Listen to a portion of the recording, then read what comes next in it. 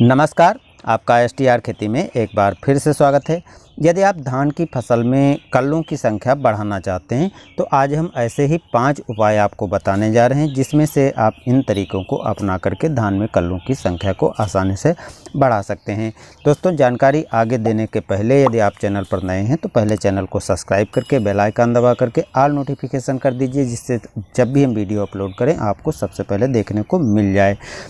यहाँ पर दोस्तों सबसे पहली बात आती है कि जब हम धान की रोपाई कर लेते हैं तो धान की रोपाई के पहले या 10 दिन के अंदर अंदर जो उर्वरकें हम देते हैं उनको ज़रूर दे देना चाहिए, क्योंकि यदि हम इनको समय पर नहीं देते हैं तो पौधे को आवश्यक पोषक तत्वों की मात्रा नहीं मिलती है, जिसके कारण पौधा अच्छी तरह से विकास नहीं कर सकता है। तो उर्वरक के रूप में या चाहे आप डीएपी, एनपीके या सिंगल सुपर फास्फेट जो डालते हैं उसको तो देना है, उसके साथ साथ जिंक भी उतनी ही महत्वपूर्ण है जितनी ये उर्वरक हैं, और जिंक और यूरिया को भी मिला करके आपको दे देना है, जिससे जो खैरा की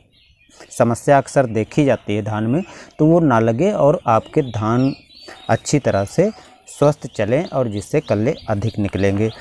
अब दूसरा जो काम करना है, जब 10 दिन के फसल ऊपर हो जाए तो उस समय आपको पानी खेत में अधिक जमा नहीं रखना है।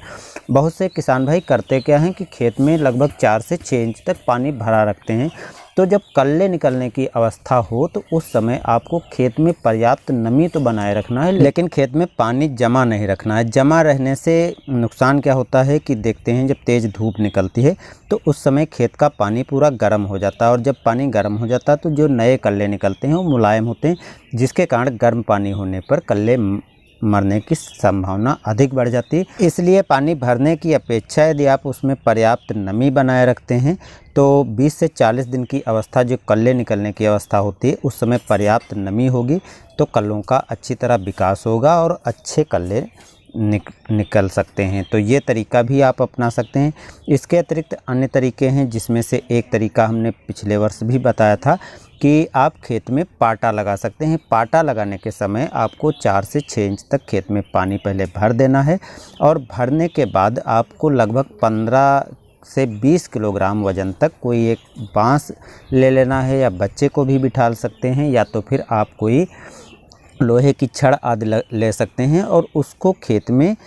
चलाना है, यानी 2 बार उसको इस प्रकार से चलाना है। इससे होता क्या है कि पौधे में झटका लगता है, और झटका लगने पर जो हम दवाएं डालते हैं जो खरपतवार ना उगे तो वो कठोर मिट्टी को कर देते हैं। इससे झटका लगेगा और पौधे के आसपास की मिट्टी मुलायम हो जाएगी, और नए कल्ले जो निकलने होते हैं तो उसमें कोई बाधा नहीं होगी, और पौधा जब हिलता है तो हिलने के बाद पौधे से अच्छे कल्ले निकलने लगते हैं। लेकिन यह तरीका बहुत लंबे क्षेत्रफल में नहीं किया जा सकता है, क्योंकि जब हम सीधी बुआई करते थे तो सीधी बुआई में बैलों के द्वारा पानी भर के ये काम किए जाते थे, लेकिन इस समय जो है सीधी बुआई ना करके जो नर्सरी की रोपाई करते हैं तो इसमें बैलों वाला काम हम नहीं कर सकते हैं, क्योंकि ये खेत जो है काफ़ी मुलायम होते हैं और ऐसे में हमारी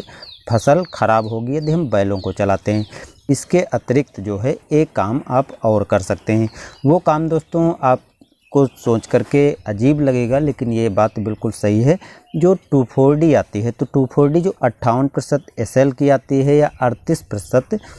की आती है, दोनों में से कोई एक अपना सकते हैं, लेकिन दोनों की डोज यहाँ पर अलग अलग हो जाती है। यदि आप 2,4-D 58% SL की अपना रहे हैं तो आपको ध्यान रखना है जो 16 लीटर या 15 लीटर की जो टंकी आती है जिसमें पानी भर करके आप इसका स्प्रे करेंगे, उसमें मात्र आपको मात्रा जो रखनी है वो 4 से 5 ग्राम ही रखनी। 4 से 5 ग्राम के ऊपर मात्रा आपको 15 लीटर पानी में नहीं मिलाना है। तो जब आप इतनी मात्रा में डालेंगे तो क्योंकि ये एक ग्रोथ प्रमोटर का भी 2,4-D काम कर देती है, तो इसलिए कम मात्रा जब आप डाल करके इसका यूज करेंगे तो कल्लों का विकास होगा, क्योंकि जो पौधे की लंबाई है, बढ़वार है, वो रुक जाती है, और जब ये रुक जाएगी तो पौधे में से कल्ले नए निकलना चालू हो जाएंगे। लेकिन इतनी कम मात्रा में यदि आप सोचते हैं कि जो खरपतवार हैं वो भी मर जाएंगे, तो खरपतवारों पर ना तो पौधे पर कोई असर इसका नहीं पड़ने वाला है। यदि आप 38% वाली 2,4-D यूज करना चाहते हैं तो उसकी मात्रा आपको थोड़ी बढ़ा देनी है, यानी 5 से 6 ग्राम लेनी है। 6 ग्राम से ऊपर आपको इसमें भी मात्रा नहीं लेनी है। यदि 1 एकड़ की बात की जाए तो आप 30 ग्राम मात्रा जो है ये ले सकते हैं 38% वाली, और 25 ग्राम मात्रा ले सकते हैं 58% वाली, जिसका आपको 1 एकड़ में स्प्रे करना है। इसके अतिरिक्त एक चीज़ और है जिससे आप ग्रोथ पौधे की बढ़ा सकते हैं, वो है ग्रोथ प्रमोटर। तो ग्रोथ प्रमोटर को भी आप दे करके यदि आप इस समय देते हैं तो भी आपके धान में कल्लों की संख्या का विकास होगा और नए कल्ले अच्छे से निकलना चालू हो जाएंगे। जैसा कि आप लोगों को पता है दोस्तों, 20 से 40 दिन की धान की जो अवस्था होती है, इस अवस्था में धान में कल्लों का विकास यानी नए कल्लों का निकलना जारी रहता है। तो ऐसे समय में आपको इन तरीकों में से कोई एक तरीका अपनाना है, या आप ग्रोथ प्रमोटर अपनाएं, या 2,4-D, या आप पाटा लगा सकते हैं। यदि आप ये काम में से तीनों काम में से एक काम करते हैं तो आपके धान में बहुत अच्छे कल्ले निकलेंगे। उसके पहले के जो तो तरीके हमने बताए हैं, उसको तो आपको सभी तरीकों में से कोई तरीका अपना रहे हैं, उन तरीकों को आपको करना ही करना है। तो यदि आप इस एक शेड्यूल से आप अपने खेत में काम करते हैं तो नए कल्ले विकसित होंगे और इससे आपका उत्पादन बढ़ेगा। आशा करते हैं वीडियो पसंद आएगा। धन्यवाद।